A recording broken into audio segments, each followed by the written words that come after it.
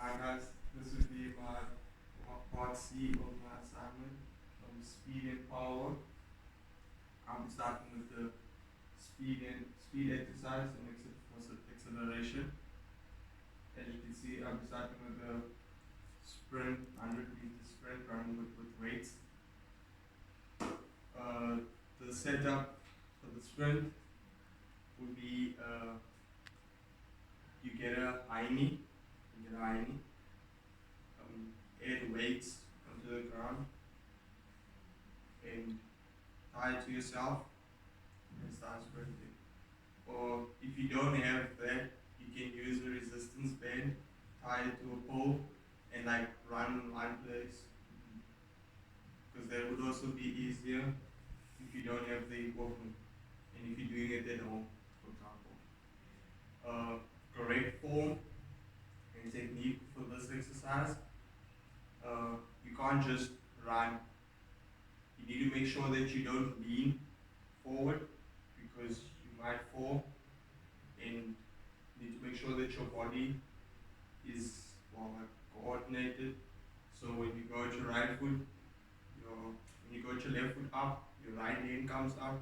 Go to your right hand, go to your right foot up, your right hand, your left hand comes up.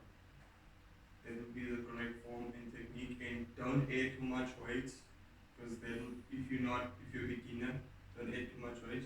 And when you do it with the resistance band, the correct form and technique for that would be you dab it tight.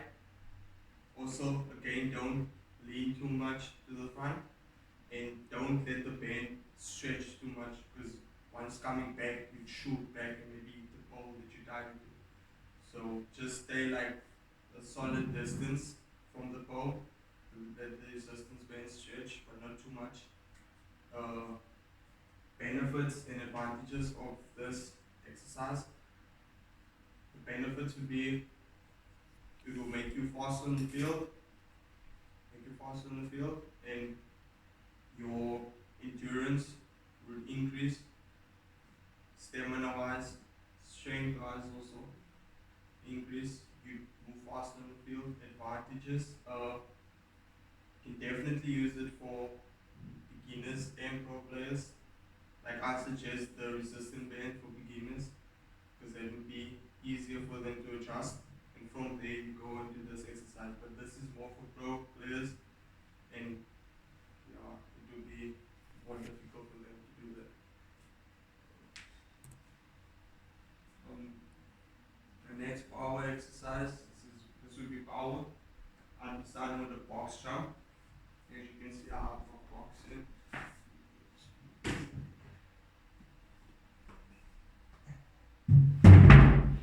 I'm starting with a box jump. The setup for a box jump: catch yourself in a nice box, not too high, not too low. This would be a bit too low, but like if you're a beginner, this would be perfect. For the box jump, correct form and technique of a box jump. You need to make sure that you use your explosive power from the ground. You shoot yourself up. Once landing, you don't land too hard on the box. Like you must do this when you land. It must be soft. Progression and regression of a box jump. Regression, you can do step up, step up,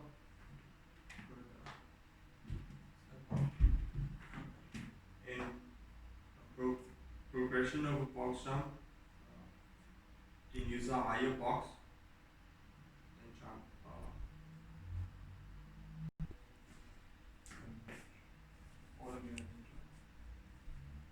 Safety aspects of a box jump. You need to make sure that once jumping, don't jump off the box, because that will put too much strain, especially if it's a hard box on your knees. So you just step off slowly from the box. Also, when you jump, you need to make sure that you don't land too hard onto the box, because that would also put a lot of strain on your muscles. The third principles of speed and power would be intensity and the time and type of the exercise. I suggest with speed, you do it for like 3 sessions to 4 sessions a week. Once doing that for like 15 minutes. The intensity for pro players, I suggest that the intensity would be higher. You add more weight, and the sprint would be like a bit longer, so that you get the full workout. For beginners, I suggest using the resistance band, nothing heavy, but also it would be working your muscles and your endurance. With a box jump, intensity would be, of course, for pro players, you use a higher box, maybe add some ankle weights so that the explosive power will be there. And for beginners, I suggest you do the step up and like maybe increase, like progress like the step up, because like progress the step up, you step and lift your knee, the bottom knee. So that would also work more. The pulse jump and with the speed acceleration exercise and the box jump, I suggest you do it like 3 times, 4 times a week, 15 minutes a session. And yeah, that's my speed and power. The adaptation and responses of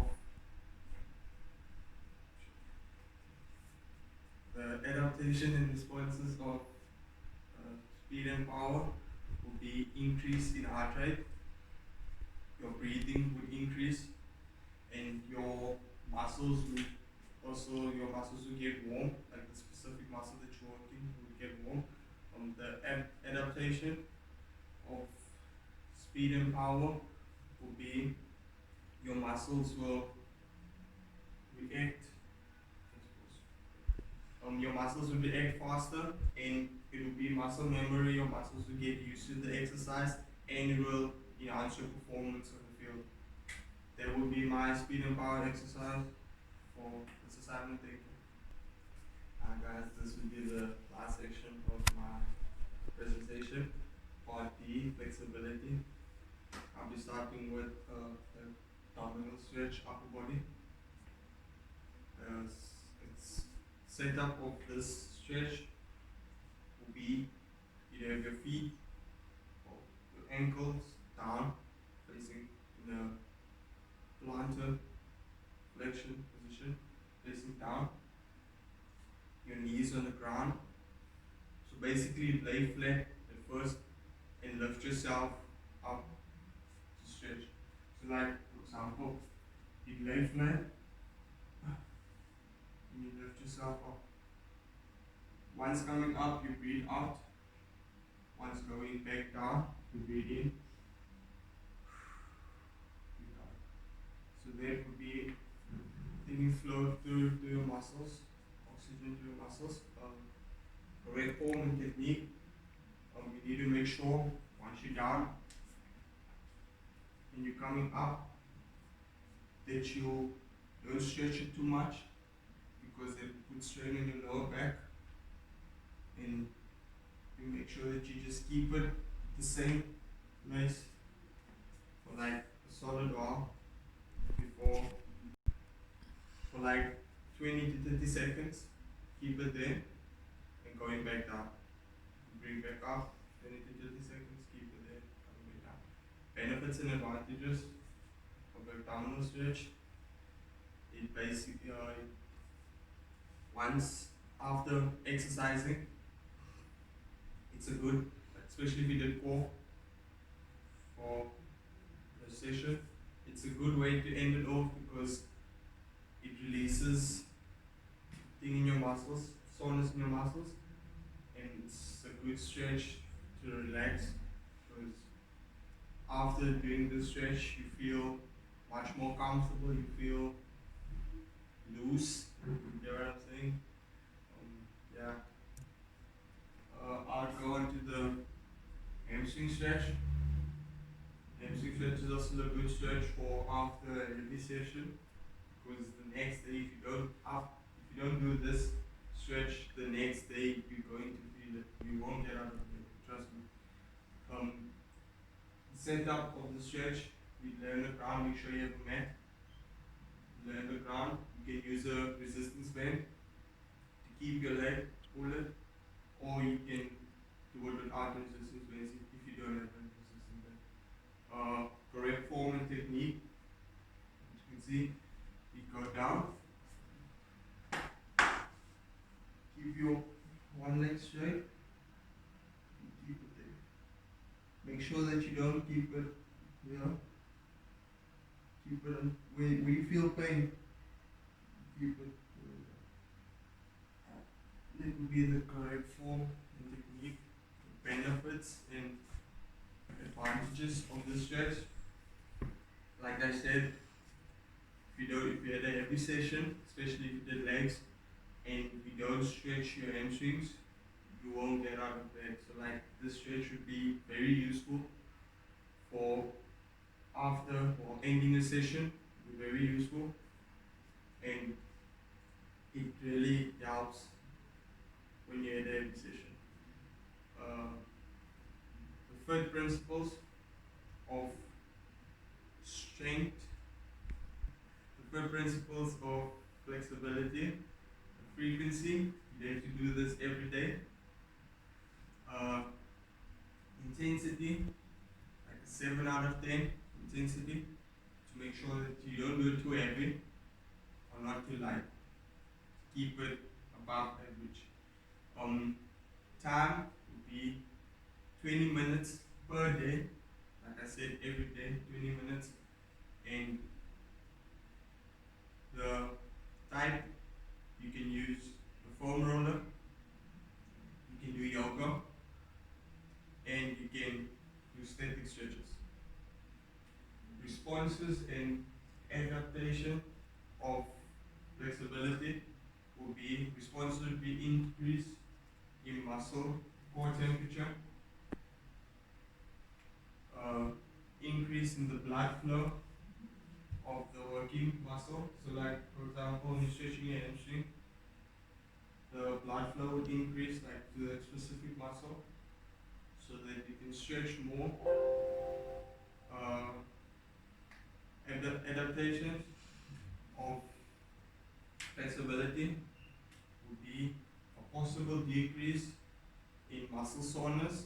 So like the next day, your muscles won't be too stiff and it won't hurt. And